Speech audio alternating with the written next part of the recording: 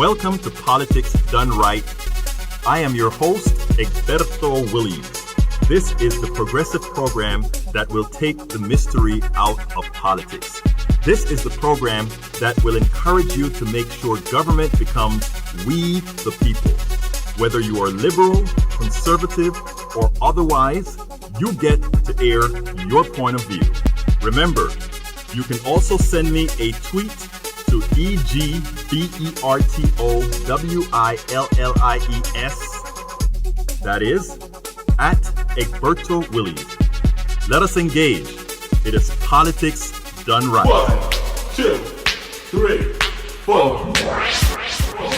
Well, folks, welcome to one more edition of Politics Done Right. I'm Egberto Williams, your host. Thank you so kindly for being a part of the show today. We're going to have a great show as usual today. And of course, what I'd like out of this show is I'd love for you to be the one in charge. We are a call-in show, or this is a call-in show. The telephone number is 746-716-5832. I said that wrong. The call-in number is 646-716-5812. Again, that number is 646-716-5812.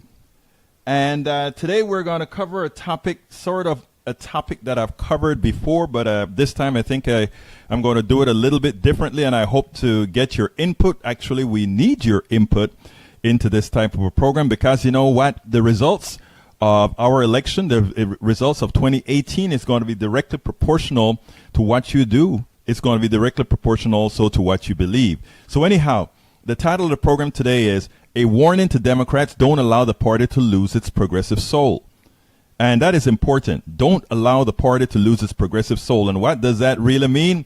Well, you'll see as we go forward. The blog of the week, I just got back from Starbucks, right in my blog of the week. You know, that's where I do all of my work. Sit down in the Starbucks that was flooded a few months ago. And it's not entirely complete, but it's complete enough for reading. And of course, you know that I will put all the corroborating information in there thereafter. But again, everything that we speak about on this program is fact-based, is true. And wherever mistakes are made, you know, we have some very smart callers. We have very smart people that know quite a bit of numbers as well. If for some unfortunate reason or some unforeseen reason we make a mistake, one of the things that this program cherishes itself on is that we correct mistakes. Hi, let's see. Bian Kurt Kep Simpson, welcome. Pup Chaffel, welcome aboard. Marilyn Bourne Fowler, welcome aboard from North Carolina. We have Mary Cassidy from Minneapolis. Welcome aboard. Chase Escamilla. Great. Have a good day. Thank you so kindly for coming, guys. I'll be whatever you guys don't. For those of you who don't want to call in, you can also leave your messages there on Facebook Live, and I'll be more than happy to respond to them. Do remember, Politics Done Right. This the daily version of Politics Done Right is presented both by Blog Talk Radio and Coffee Party USA. Visit Coffee Party USA on Facebook, or visit Coffee Party USA online at coffeepartyusa.com. Anyhow, folks, what are we going to talk about today? Again, the title of the show, A Warning to Democrats: Don't Allow the Party to Lose Its Progressive Soul. Subtitle of the show, America is a progressive country, and Democrats better campaign as such. Repeating, America is a progressive country, and Democrats better campaign as such. Some of you are going to say, what are you talking about? We constantly hear the thing that we need to move to the center. First of all, the center is today's center is where yesterday's right was. But it's even worse than that. Americans are not center. Americans were never center. It is a facade that was instilled in Americans by the fallacy of Reagan, the fallacy of the Powell Manifesto, and those are the things that we talk about. Anyhow, today's show is a continuation of many shows I've done before. It's an urging of Democrats to not fall into the Republican-lite trap that started with Bill Clinton's triangulation. I don't know if you guys remember Bill Clinton. You know, he had become the hero of the party because he won. He won, so he was the hero of the party after a 12 years of desolation. After an actor, he won. So everybody thought he had something going for him. The party has been following the tenet ever since. It should be noted that Bill Clinton was never the political juggernaut as many would have you believe. You know, perception is everything, but Bill Clinton was never, ever, ever the political juggernaut. The numbers just are not there. But I will leave that for the blog of the week that I'll read about or read later on. The bottom line is that Democrats who want to win throughout the country must approach constituencies with solutions they want. It turns out they are all progressive. They're all progressive. The tenets that most Americans want are all progressive. Believe it or not, but you should believe it. The bottom line is that Democrats who want to win throughout the country must approach constituencies with the solutions. A politician does not have to call their articulations progressive. Here's the magic. You don't have to go out there and say, hey, I am a liberal. Hey, I am progressive. You don't have to bother about doing that. That's not how you win elections. You win elections by talking to people's spirit, talking to their heart, talking to their souls. That is what we do.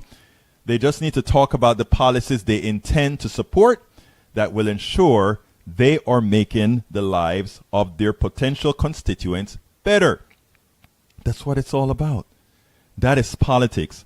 Politics is the process of making other people's lives better through that, through the government, etc., etc., etc. Nothing more, nothing less.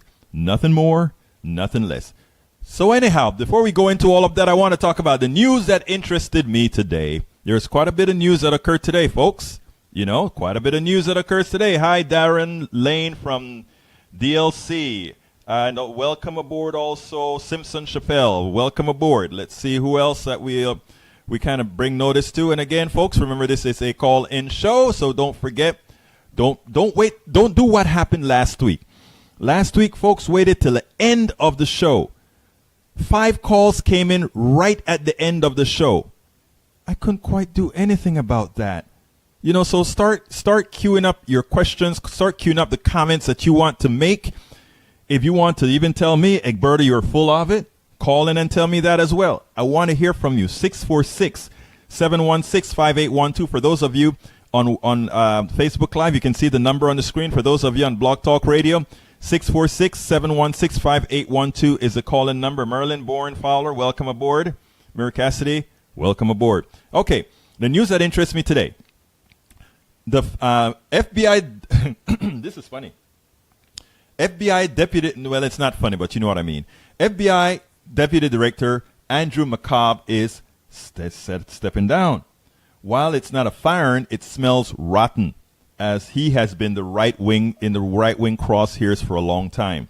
So we all know that Trump wants to go against his own Justice Department because he's being investigated and he's running scared. Well, you know what? We don't know what's going to happen, but there's a good chance that something is going to happen. Second story of the day that I want to talk about, or rather that I want you to know, news of the day. Again, this is just a little segment where I kind of tell you some news that had some interest this morning. Chris Cuomo gave a clinic in adversarial journalism necessary to confront Donald Trump's minions of liars sent out to mislead and misinform the public. I thought that was such a good piece. I decided, you know what? I better play it for my folks here on Politics Done Right. So listen to this. I think it was great journalism. Let me know your thoughts.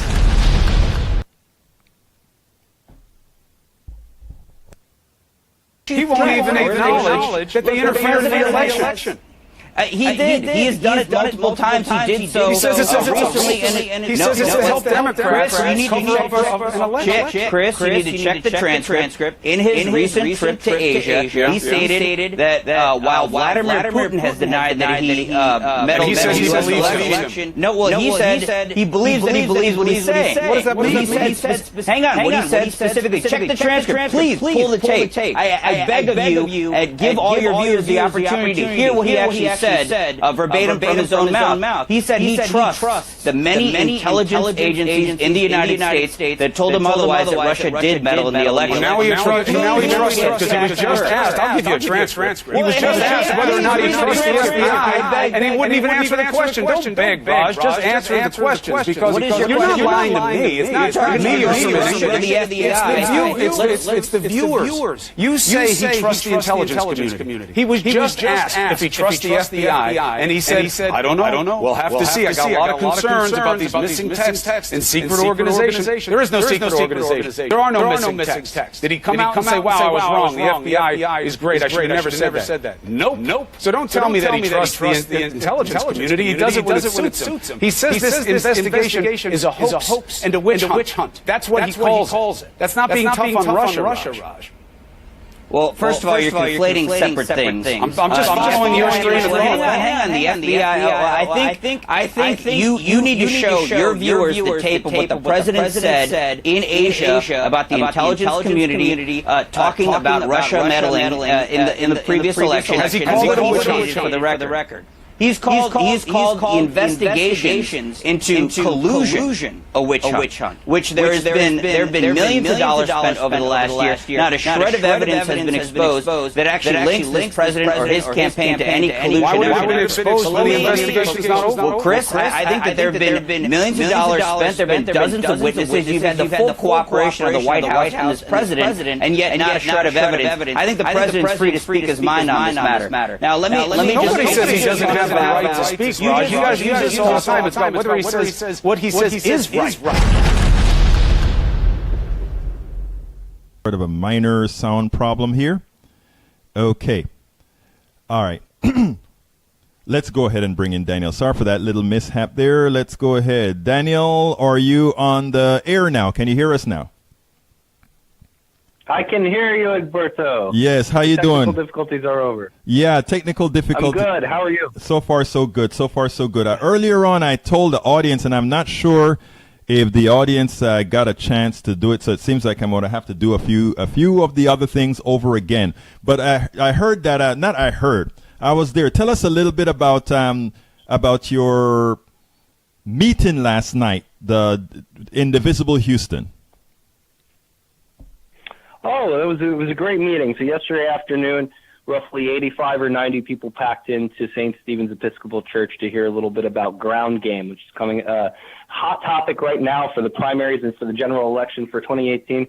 For those who don't speak the political lingo, of course, ground game refers to getting out the vote, targeting voters, getting them to come out, and seeing who's where and seeing how you can win precincts over and things like that. And so a lot of times it can refer to phone calls and stuff, but it also, really more than anything else, it's canvassing, right? Going out, registering new voters, finding voters who exist, either high propensity or low propensity, and making sure that they close the deal for strong progressive candidates. So we had Tara Taylor, who helped work with TOP on the 2016 Harris County campaign, gave some insights into what led to victories for progressive candidates. That cycle Ryan Penner from the Elizabeth Santos campaign to explain a little bit about how they were able to walk to victory. And in fact, that's a campaign that I had the pleasure of walking a couple of times with and was very impressed with their operation. And Lucius Miles, who worked, among other things, on the Doug Jones campaign in Alabama.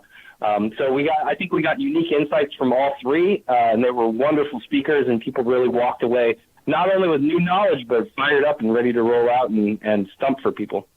Nice. Now tell me, actually the meeting was a very successful meeting. It seems like it was one of the most attended or best attended meeting for Indivisible, if not the best.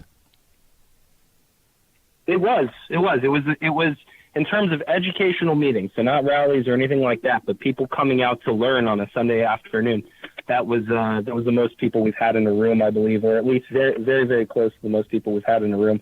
Maybe one of the earliest meetings had around 100 people. But this was, we definitely had plenty of people packing the halls because people are ready to fight. And another thing I liked about it was it wasn't all candidates. It wasn't all faces we had seen before. And I don't, while as is often the case in civic engagement, you have a lot of people who have been around a while, seasoned activists. and things like that. There also were plenty of younger people, and there were people from all walks of life. So I thought it was really successful too, and it was a real pleasure. I'm very energized today by that meeting. Excellent. Now, I mean, I think what you just said is something that is important, and this, as you know, this is a national show, so this covers a whole lot of area here. And what's occurring here in Houston, anecdotally, I've heard it is occurring all over the country, and that is the progressives groups like Indivisible and others. They are very successful in keeping the people activated. They're very successful in having the people in getting the people to participate. One of the things that I'm going to cover in the blog of the week is that we have to keep that level of activism going. We have to keep that. What's the word that I'm looking for? Keep that interest. Engagement. Fire. Exactly. We have to keep that engagement on. Absent keeping that engagement on will be problematic because, again, the biggest problem that Democrats ever have in winning is that Democrats don't show up to the polls. One of the things that I have for a warning to our Democratic Party is don't go out there talking that talk about running a candidate that is specifically tailored for a district. The poll tells you quite a bit about what people want. The things people want are progressive values. They may not call it that. They may not want to be associated with the term. So therefore, what I'm telling, I'll let the blog of the week talk about that, and then I'll go from there. Daniel, I need to get to a few things and then go to the blog of the week. Can you stick around a while longer, or do you got to go? I can hang out. Let's do it. All right, hold on a second. And caller number 2, I'm going to be coming to you as well. So anyhow, folks, we had apparently technical difficulties with the voice before. We got that straightened out. So just before I go into the blog of the week, what I want to do is tell you the beginning, read the beginning of the show again, because again, people said they didn't hear it, and I'll go through that rather quickly. The title of the show today is A Warning to Democrats, Don't Allow the Party to Lose Its Progressive Soul. And the subtitle of the show today is America is a Progressive Country and Democrats Better Campaign as Such. And it goes as follows. Today's show is a continuation of many shows I've done before. It is an urging of Democrats to not fall into the Republican-lite trap that started with Bill Clinton's triangulation. The party has been following the tenet ever since. It should be noted that Bill Clinton was never the political juggernaut as many would have you believe, but I will leave that for the blog of the week. The bottom line is that Democrats who want to win throughout the country must approach constituencies with solutions they want. It turns out they are all progressive. A politician does not have to call their articulations progressive. They just need to talk about the policies they intend to support that will ensure they are making the lives of their potential constituents better. Then I covered a couple of important news of the day. Important news of the day, one covered by Think Progress, spoke about how the decimation of the environmental agency is in process, all run by Pruitt. Chris Cuomo gave a great show on how journalism, what I call adversarial journalism, must be conducted in this era of Trump. We also had the FBI director stepping down, as well as Common Cause releasing a very important report called The Art of the Lie, Trump's historic first-year failure on government integrity and accountability issues. And you can find all of those on the link for the blog. All of that is present for the link for the blog. Okay, so you can find that there. But we have Daniel from the president of Indivisible Houston on the line here with us. He's going to come back with us a bit later. But beforehand, what we want to do is go to the blog of the week. It's time for the weekly blog post. Okay, folks, here it goes, the blog of the week. Title of the blog of the week is Re-Inject the Democratic Party with its Progressive Soul Before It's Too Late. Now, I have to tell you that I rushed to write this one. It's just at Starbucks doing it because I was running very, very late. So I'll finish writing this with the corroborating links. You know, as I said, at Politics Done Right, we only believe in fact-based information and fact-based reporting. So anyhow, here it goes. The time for caution is over. It has cost the progressive movement dearly. as the Democratic Party bought into triangulation and the adage that Republican-lite is the answer. A lot of this started with Ronald Reagan, with the Ronald Reagan win. How could a conservative actor win such a landslide election? Did America move too far to the left? Hell no. Like now, Americans were voting for a change because they felt they were in dire straits. This has nothing to do with, oh, we're moving left or right or anything like that. Americans just want things to work for them. That's what it's all about. With the aid of misinformation and unchecked lies, Reagan's tenet of trickle-down economics took hold.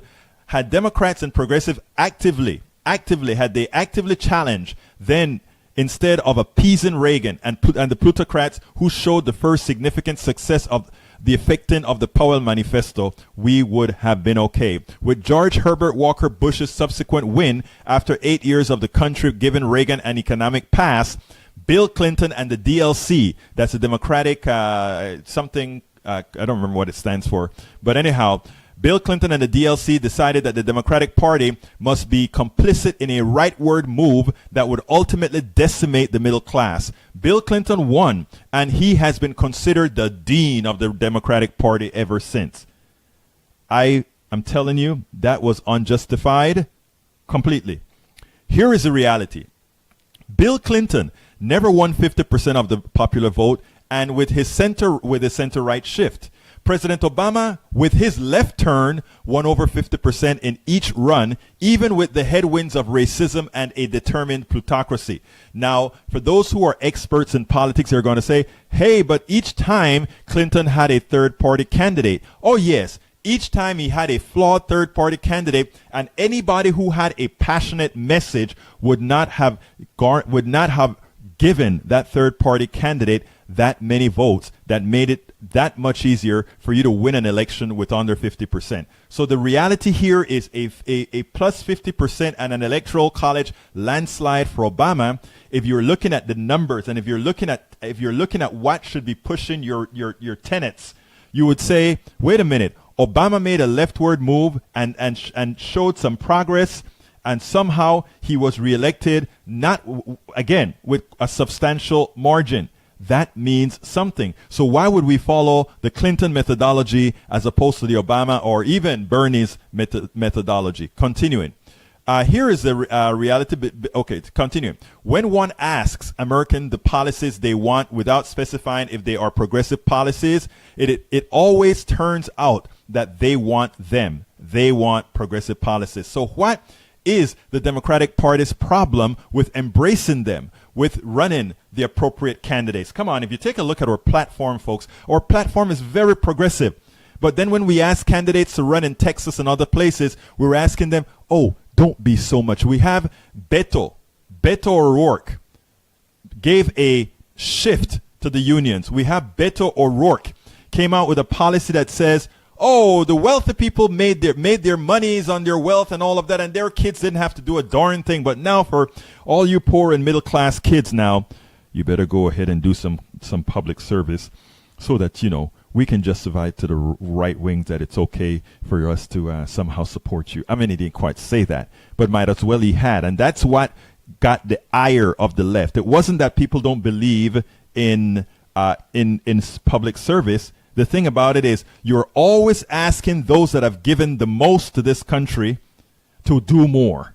And those that have done the least in this country, those that have benefited from the flawed capitalism that runs this country, we ask them to do so little. The answer is simple. Men in the leadership have been bought out by the plutocracy.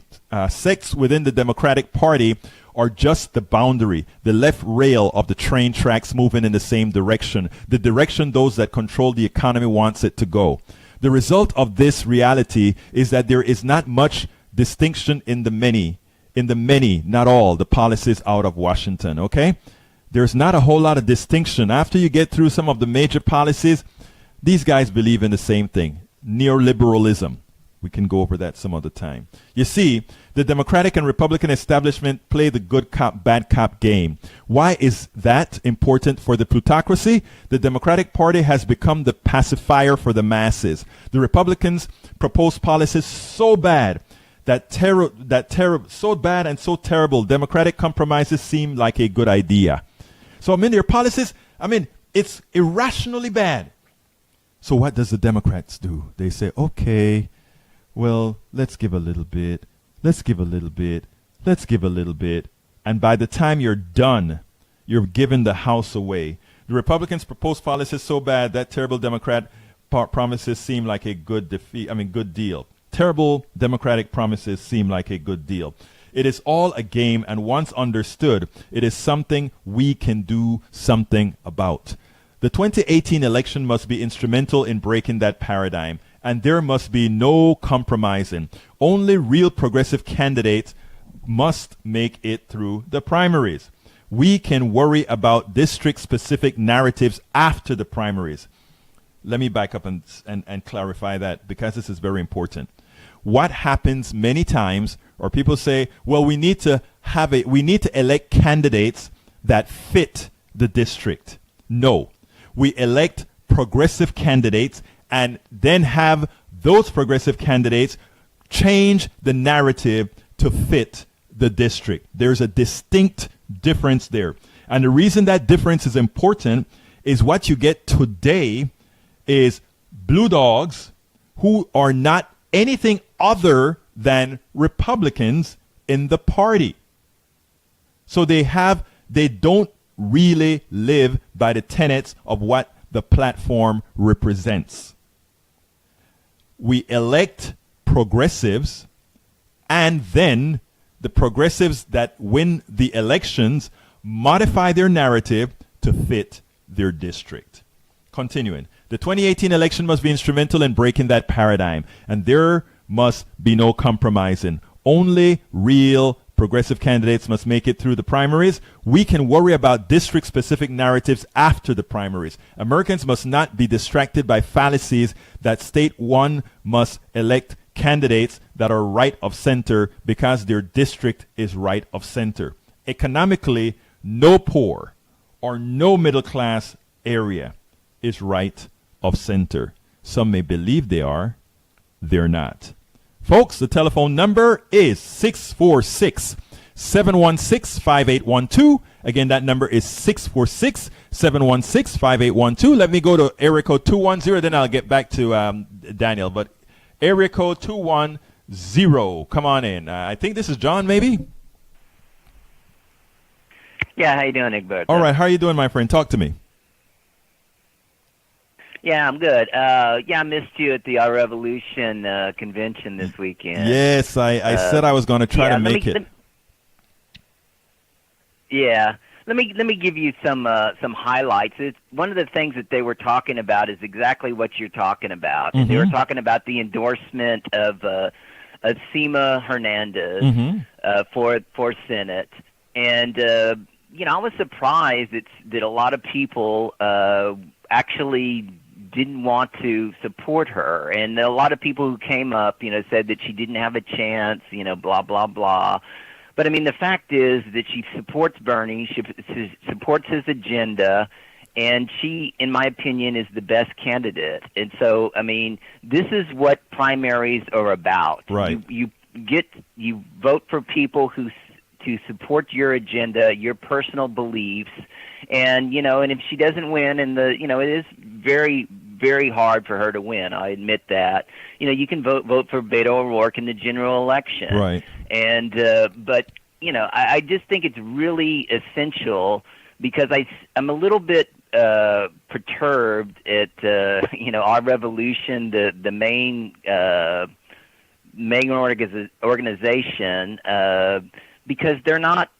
All these people like Rick Trevino, yes, who we had a special meeting for to promote him, they haven't endorsed him. He's not endorsed. And other people like Tom Wakely, who's running for governor, who did pretty well in the 21st district when he ran there, they're not endorsing them either. Do you have an idea why they're not?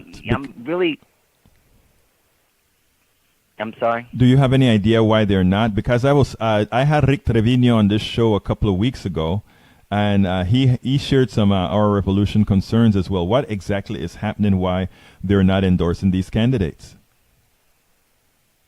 I don't think he's raised enough money, to be honest with you. I think that, I don't know, because like right this morning I read on Twitter, one of Rick's closest friends was saying that Bernie's organization, along with 77 other House members, the Progressive Movement, endorsed another candidate who is probably the second most, Gina Ortiz-Jones. Mm-hmm. She's probably the second most progressive candidate, but not near as progressive as Rick.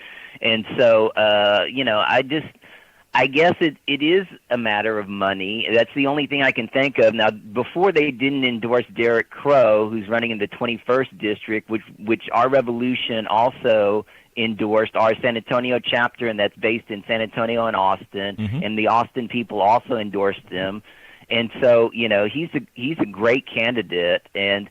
But I mean, there was an article that Ryan Grimm put out in The Intercept and Lee Fong, talking exactly about the process. I don't know if you saw that. No, I didn't. About the process of the DCCC, and you were actually touching on a lot of the things that they were speaking about. I mean, they want conservative candidates who can raise money and fit with the corporate Democrat mold. That's what they want. That's what the Democratic Party wants, and it's killing this party.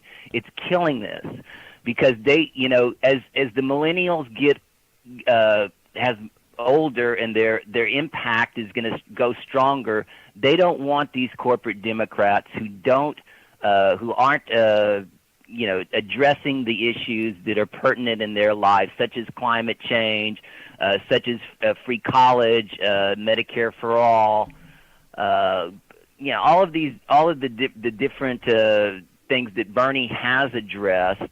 And so I don't know. I mean, I understand your concerns. I do disagree with you a little bit because I do think, I know you make this analogy about the two rails. I don't agree with that analogy because there is a distinct difference. All you have to do is look at voting records, and I think sometimes you can overstate that because when you're not in power, it's very hard to actually do anything that suits your agenda. Let me kind of push back a bit.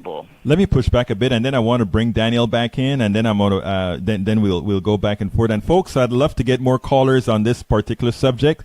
646-716-5812. Again, that number is 646-716-5812. The pushback that I want to give is as follows. I understand exactly where you're coming from, and I really, really do. That when it comes to, let's say, healthcare, when it comes to a lot of social services, that is true. But even under Obama, remember what I said in the blog of the week, that Republicans make things, ask for things that are so bad that even the meager compromises provided by the Democrats seem like, okay, we dodged the bullet. When in reality, they need to do the same thing. They need to threaten to burn the darn house down now. At first, I wouldn't say that 2 years ago. But now, when you see in 2014 the Republicans didn't pay a price, in 2016 they didn't pay a price, we have to realize that there is a different psyche within the in America right now, and that psyche is they want strength and they want, they love bullies. Apparently, they love bullies. They love Trump. So I'm going to go to Daniel, and then we'll come back and finish this discussion. Daniel, come on in. What are your thoughts of what Daniel had to say as well? Look, you know me. I want to move the party to the left. I'm a Democratic precinct chair here in Harris County. I think that you're going to see that sort of ideological strife. Most of the people that I've spoken to, at least this time around, and we'll see if this continues this way between now and November, but everybody's so angry at the moment that I think you are going to see a solidified vote for races up and down the ballot, so there is that. But what's interesting is that we've had a lot of conversations about the left flank, maybe not being as loyal to the party as the party would have hoped, right? Like that's something that it's run as a theme within party dialogues. When we get off of our progressive phone calls and our progressive shows and progressive blogs a lot of times and get into just straight party discussions, you'll notice there are a ton of moderates and a ton of centrists who will make that very same argument for what you sort of opposed from jump on today's show, which is they'll make the argument for playing it a little bit safer. What's sad about that, though, is that for all of their discussions about about the left not voting in lockstep with their candidates, their behavior has the danger of blowing a hole in the left flank. And it's something that's what I've been thinking about lately. That's my concern. I'm not actually worried about the left losing the Democratic Party elections. I'm actually worried about the center peeling, especially in a place like Harris County, which we know is a bellwether for the nation. Right. And there's plenty of money running through it in the suburbs.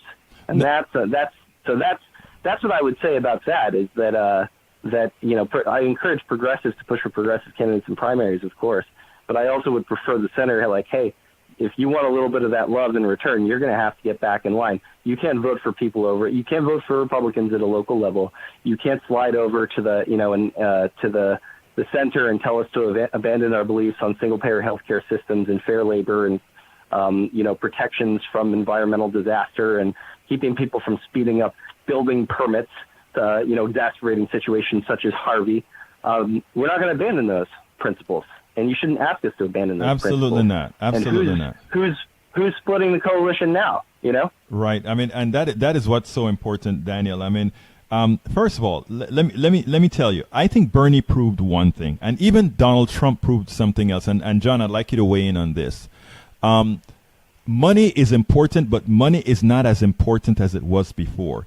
My biggest concern are things like net neutrality and what Facebook has done in throttling how your message gets across. As a good example, I want to point out that I am a progressive publisher. That's what I do. I'm a progressive political activist publisher.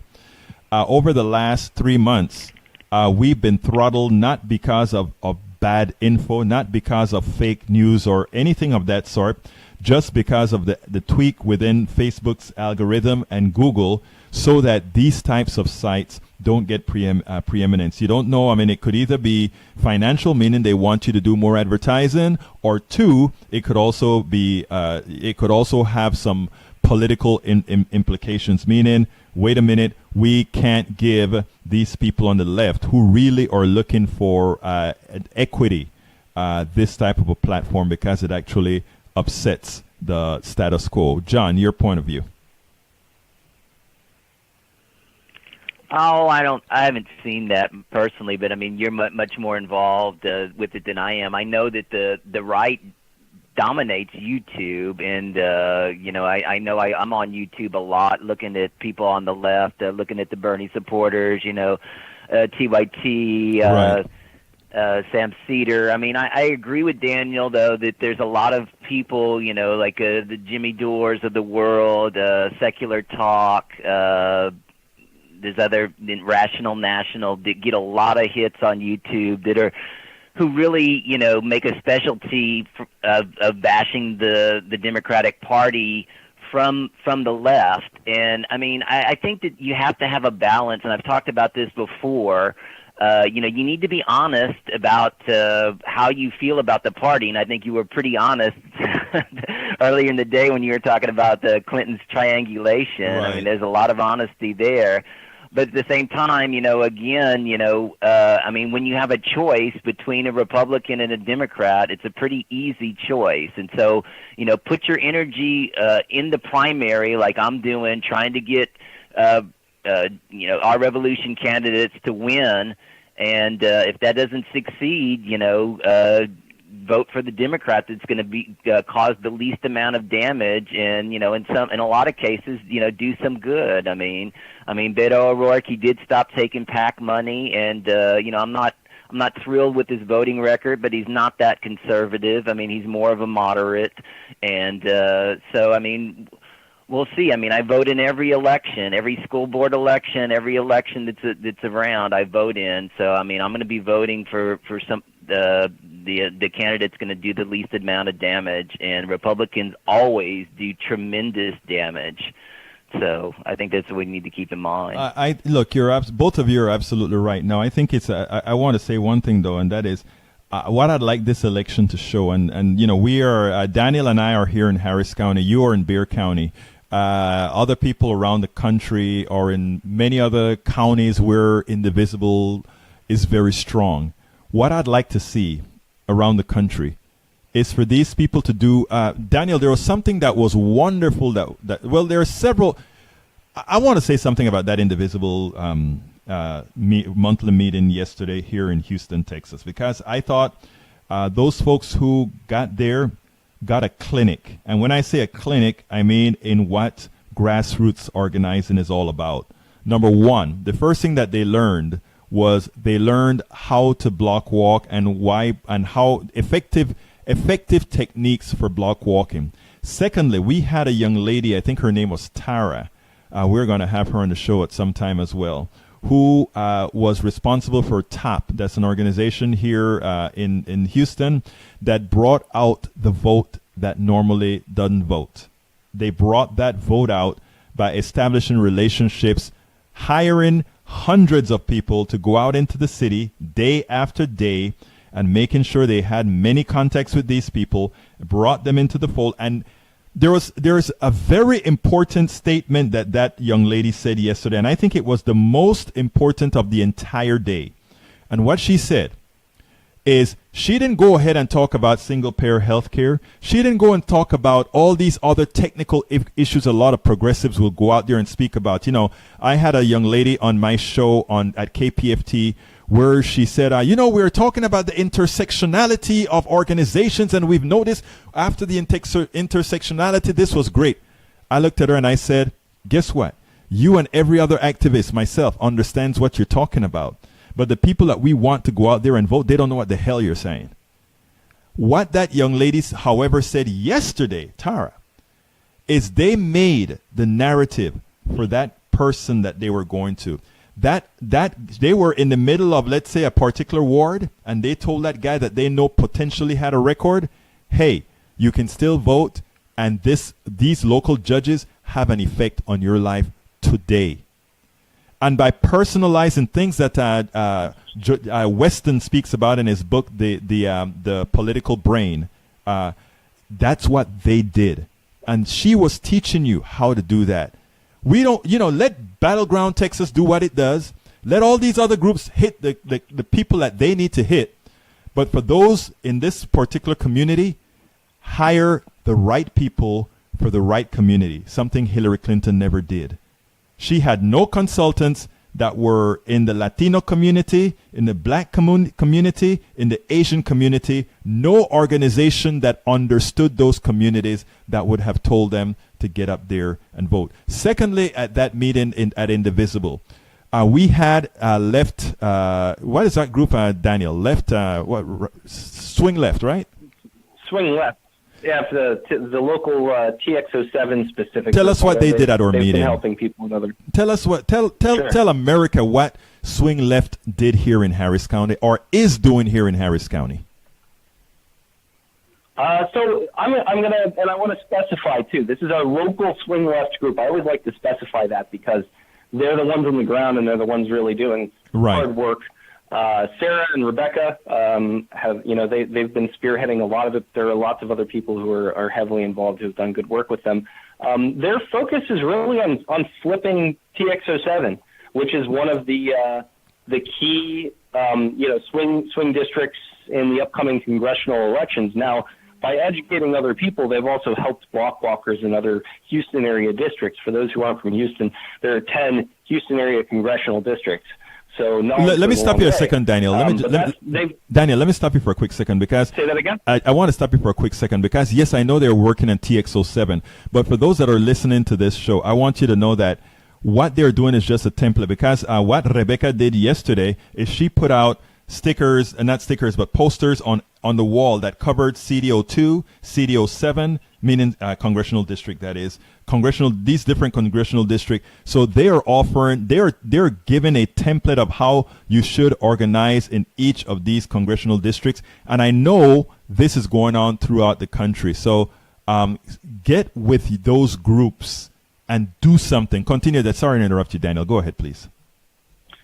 No, you're absolutely right. They're canvassing. They're finding precinct chairs in different parts of the the district in different parts of the area. I now know the 3 or 4 precinct chairs who surround me. If we want to set up block walking for one of our precincts, we have 3 or 4 of us and whoever else we invite and get to come out. I mean, it's real. They're making action and engagement in the process easy from a real ground game and canvassing perspective. That's the role that they fill down here. Get people into the sidewalks. I say we get people into the streets, they get people onto the sidewalks and knocking on your door. Well, come on, Indivisible does it all. Indivisible does it all. Huge. Indivisible does it all. Come on. Yeah, we do plenty. I say, hey, we put a lot of people in the room yesterday and invited a lot of people to out, and we got experts on the topic, and we created education for them so that they could be more effective. Sarah and Rebecca came in and told them about block walk opportunities. The groups are working together beautifully. Yeah, and I think that is important. So for those of you that are listening all over the country, those of you who are going to listen to the podcast, those of you who are going to listen to the vlogcast and all these other avenues how this show is transmitted, it is important that you do get that message out, right? What we want to show is that it's not all about money. Money is important. In fact, what we want you to do, for those of you that are listening to this show, remember this show is sponsored by quite a whole lot of groups. And all what I mean by that is sponsored. I don't mean financially. I mean they're sponsored by promoting this stuff. But we need you to go to places like coffeepartyusa.com and help those folks out. We need you to go to kpft.org and help those folks out. We need you to go to indivisiblehouston.org and help those folks out. One of the problems we have, you need to go to politicsdoneright.com and help those folks out. What happens a whole lot of times we see is that in every organization on the right, they're very well funded. Somehow on the left, in as much as we have the values and the path, we'll go to Starbucks and spend the kind of money I spend at Starbucks and everybody spend at Starbucks. But when it comes to doing somewhat for the progressive movement, we are a bit lacking. So I'd like to tell folks, go out to these progressive organizations that are working their asses off, and let's get busy and support them. Let me bring in a caller, 980. Come on in, you're hot. Hi, Berto. This is Pranav. Hey, Pranav, how are you doing, my friend? I'm doing well.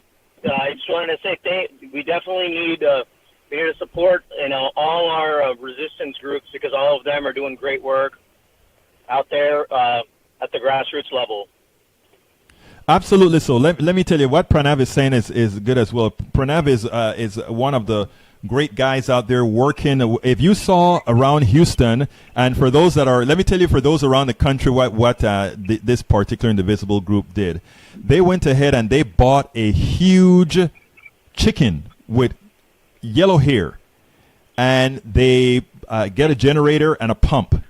And they ride that whenever there's any kind of activity to protest a senator or a congressman or whatever, they blow up that big chicken and they get attention. And people some people may think, oh, that is so funny or whatever, but there's a purpose to all of that. The most important thing in politics first, and Trump understood that more so than anybody else, is to get people's attention, to get them looking at you. People sometimes say, oh, you're just trying to put yourself in front of a camera or a mirror or something. When you are in politics, the answer to that statement should be, yes, that is exactly what I'm trying to do. Politics Done Right is trying to get in front of your face right now to kind of activate you and say, we have to get busy to turn things around. Daniel out there, you see Daniel on TV and Daniel all the time with a darn megaphone in his hands. He's trying to say, look at me, I've got something to tell you. And the same applies to Pranav. And then we have John from San Antonio right now. John is a prolific party person trying to get what needs to be done. John, come on in. We're coming close to the end of the show, and I'd like to give you a little bit more talk time. All right. Yeah. I mean, just one of the things, just for all my friends, who are Bernie supporters, who I just want to emphasize that, as much as I've studied European governments and coalition governments, I think it's really important that we actually have coalitions, even though, like you were talking about before, that we may not actually agree on everything. This is primary time is the time where we have our disagreements and we hash all of this out. But at the end of the day, we have to form those coalitions. Coalitions are what win elections. Exactly. And if you divide it, you let the Trumps of the world win. And Folks. stick to your values. If you believe in our revolution values, vote.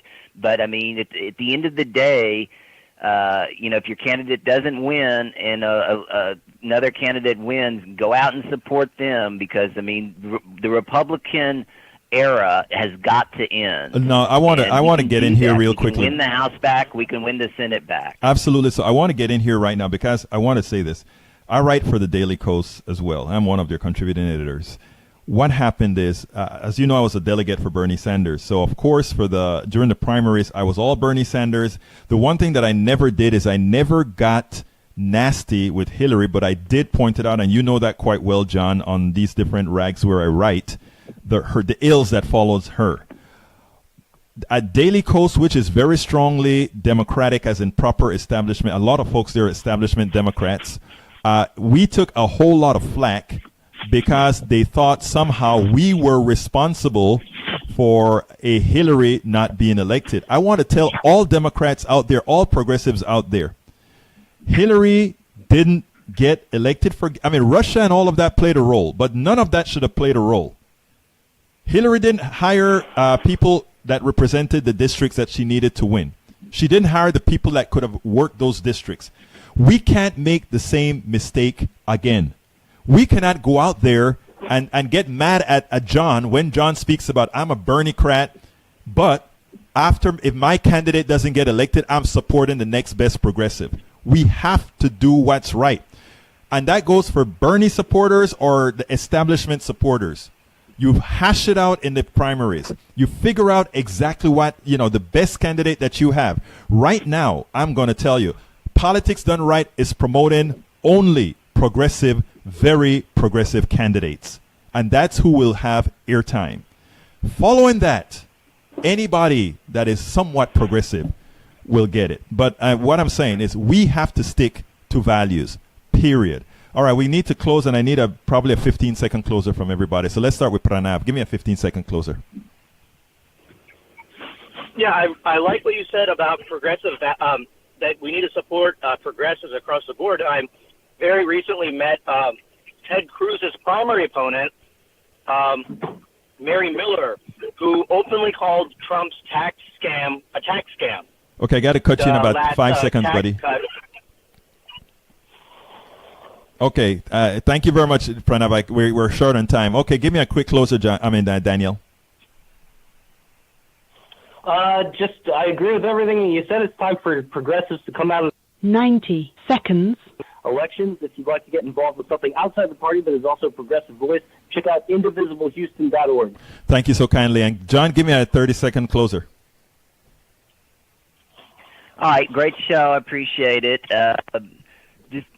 I just want to say that I'm not going to be watching the State of the Union tomorrow night. I think I will. Like I can catch up enough on the other the after cup. 60 seconds. I mean, I feel like that Trump has really degraded everything. Yes, he has. We really need to get more political than ever and have a huge turnout in 10 seconds, brother. Thank you very much, John. Thank you very much. Folks, look, thank you so kindly for listening to the show. Remember, this show is just 3 weeks old. We still have technical difficulties here and there, but we'll get them solved all together and make things a whole lot smoother. Thank you so kindly for calling into the show, all of you who called into the show, all of you watching the shows. Remember, too, it's important that you contribute to the show when you have the ability to contribute to the show. This is Politics Done Right. I'm Egberto Willies. You guys have a wonderful day. And remember, we must keep the fight on. That is the only way we win the race. We win 10 seconds. By being engaged. We win by not being scared. We win by keeping the pressure on. Egberto Willies, Politics Done Right. You guys have a wonderful rest of your day.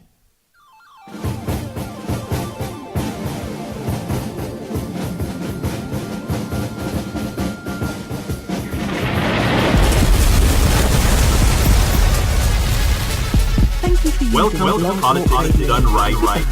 I am your host, Egberto Williams. This is the progressive program that will take the mystery out of politics. This is the program that will encourage you to make sure government becomes we the people. Whether you are liberal, conservative, or otherwise, you get to air your point of view. Remember, you can also send me a tweet to EGBERTOWILLIES. That is at Egberto Williams. Let us engage. It is politics done right. 1, 2.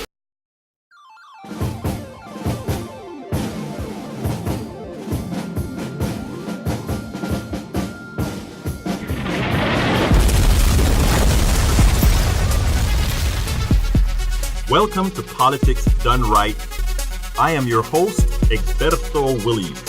This is the progressive program that will take the mystery out of politics. This is the program that will encourage you to make sure government becomes we the people. Whether you are liberal, conservative, or otherwise, you get to air your point of view. Remember, you can also send me a tweet to EGBERTOWILLIES.